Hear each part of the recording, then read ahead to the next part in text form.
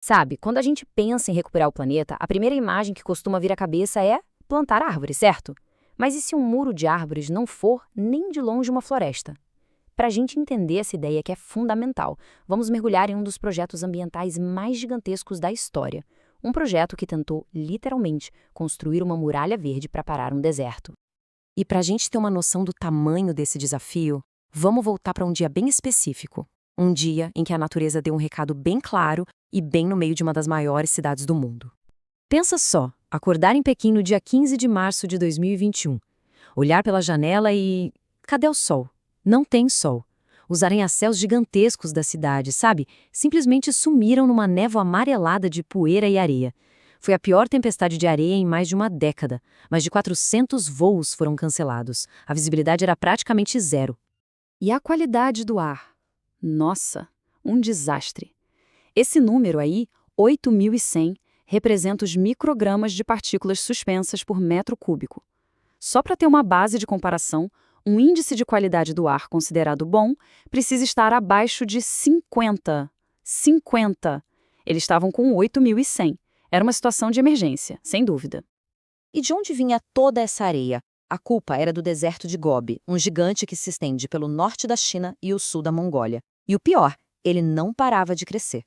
A situação era séria. Já em 2006, 27% de todo o território chinês era deserto, sendo que em 1994 eram 18%. Os desertos estavam literalmente avançando. Bom, diante de uma ameaça desse tamanho, a China resolveu contra-atacar. E com uma solução na mesma escala, monumental. Um projeto que ia mudar a cara do país, a Grande Muralha Verde. A ideia, à primeira vista, parecia simples, né? Se o deserto avança, a gente constrói um muro de árvores para barrar ele. Só que o esforço por trás disso foi uma coisa absurda. Tudo começou em 1978, com uma lei que basicamente mobilizou o país inteiro. Milhões de pessoas plantando árvores, todos os anos. A escala é difícil até de imaginar. Olha só esse dado. Só no ano de 2009 foram plantadas mais árvores na China do que em todos os outros países do mundo somados. Em 2010, o projeto já era a maior floresta artificial do planeta. O objetivo inicial era esse, bem direto. E, para ser justo, em alguns lugares a coisa funcionou. No deserto de Kubuqi, por exemplo, que fica a uns 800 quilômetros de Pequim, o reflorestamento de mais de 6.000 quilômetros quadrados conseguiu reduzir as tempestades de areia em impressionantes 90%. E é exatamente aqui que a história dá uma virada. Porque esse sucesso aparente começou a levantar uma pergunta muito importante, que cientistas do mundo todo passaram a se fazer. Tá, mas um monte de árvores plantadas em fileirinhas, isso é de fato uma floresta? Essa pergunta leva a gente direto para o coração da ciência. Para a gente diferenciar dois conceitos que parecem a mesma coisa, mas que na prática são mundos completamente diferentes. De um lado, a gente tem um reflorestamento tradicional, como o que foi feito na China. O foco é plantar árvores, ponto. Muitas vezes de uma espécie só, a chamada monocultura. O objetivo é ter árvore no chão. Do outro lado, tem a restauração ecológica, e aí o buraco é bem mais embaixo. A ideia aqui é recriar o sistema inteiro, o ecossistema completo e autossustentável. As plantas, os bichos, o solo, a água e todas as interações que fazem a floresta funcionar de verdade.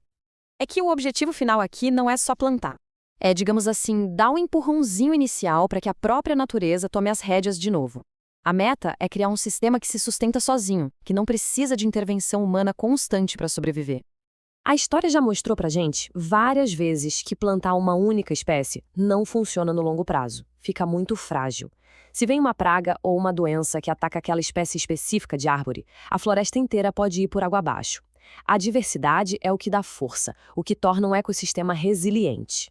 Ok, então se a força bruta não é o caminho, qual é o pulo do gato? Como que os cientistas agem? E a resposta é genial. Em vez de lutar contra a natureza, eles aprenderam a imitá-la e a acelerar os seus próprios processos de cura com técnicas muito, muito inteligentes. Vamos analisar essa estratégia passo a passo, porque ela é brilhante. Primeiro, são plantadas espécies nativas que crescem rápido para criar sombra logo de cara. Ao mesmo tempo, eles semeiam o que se chama de adubação verde, que cobre o solo rapidinho, evitando a erosão e a competição com gramas invasoras. E aqui vem a mágica. Essa adubação verde não tolera sombra. Assim que as árvores nativas crescem, elas matam a adubação verde, deixando para trás um solo super rico e o ambiente perfeito para outras espécies nativas chegarem. Isso resume perfeitamente a filosofia. Não se trata de construir a floresta peça por peça, mas sim de criar o ambiente ideal e deixar que a própria natureza faça o resto do trabalho. E as técnicas para isso são incríveis, de verdade.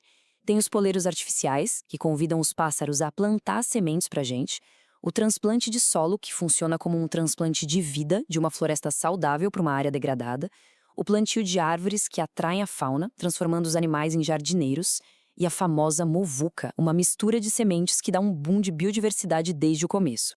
É usar a inteligência da natureza a nosso favor.